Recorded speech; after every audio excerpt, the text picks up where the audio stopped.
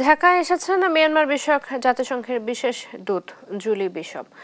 পররাষ্ট্র উপদেষ্টার সাথে বৈঠক করতে সচিবালয়ে এসেছেন তিনি। এই বিষয়ে বিস্তারিত জানাতে যুক্ত হচ্ছেন সহকর্মী জান্নাতুল মোহনা। কথা বলবো তার সাথে।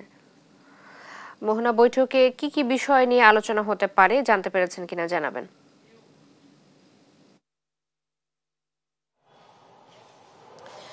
আপনি জানেন এই সপ্তাহেই জাতিসংঘের 2 শীর্ষ কর্মকর্তা ঢাকায় আসবেন এবং 22শে ফেব্রুয়ারি অর্থাৎ গতকাল রাতে ঢাকায় এসেছেন মিয়ানমার বিষয়ক জাতিসংঘের মহাসচিবের বিশেষ দূত জুলিয়া বিশপ এবং তিনি আজ তার সাথে বৈঠক করার কথা রয়েছে প্রধান উপদেষ্টার রোহিঙ্গা বিষয়ক বিশেষ দূতের এবং সেই সাথে পররাষ্ট্র উপদেষ্টার সাথেও বৈঠক হবার কথা রয়েছে।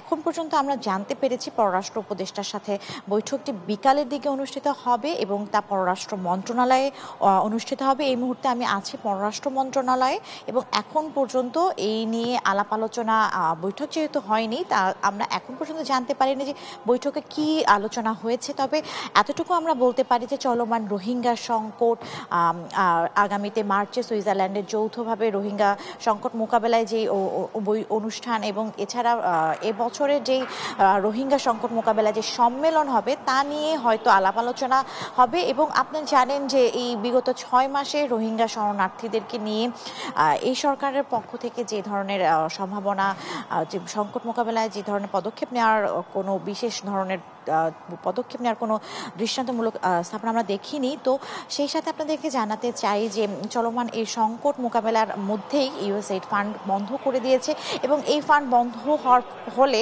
রোহিঙ্গাদের উপর কি কি প্রভাব পড়েছে, ইতিবাচক না নেতিবাচক বা অন্য কোনো ধরনের প্রভাব পড়েছে কিনা সেই বিষয়ে আলোচনা হতে পারে। তবে আলোচনার মাধ্যমে রোহিঙ্গা বিষয়ক কোনো ধরনের ফলাফল আসতে পারে কিংবা ফলাফল না আসলেও এই সংকট মোকাবেলায় যে অগ্রগতি হতে পারে কিনা তার সম্ভাব্যতা যাচাইও হতে পারে বলে আমরা জানতে পেরেছি। তো পররাষ্ট্র মন্ত্রণালয়ের থেকে এই ছিল আমার কাছে সর্বশেষ সংবাদ। পরবর্তীতে আমরা হয়তো বৈঠকের পর জানাতে পারবো যে আলাপ আলোচনা কি বিষয় হয়েছে। তো মোহনা, ধন্যবাদ আপনাকে।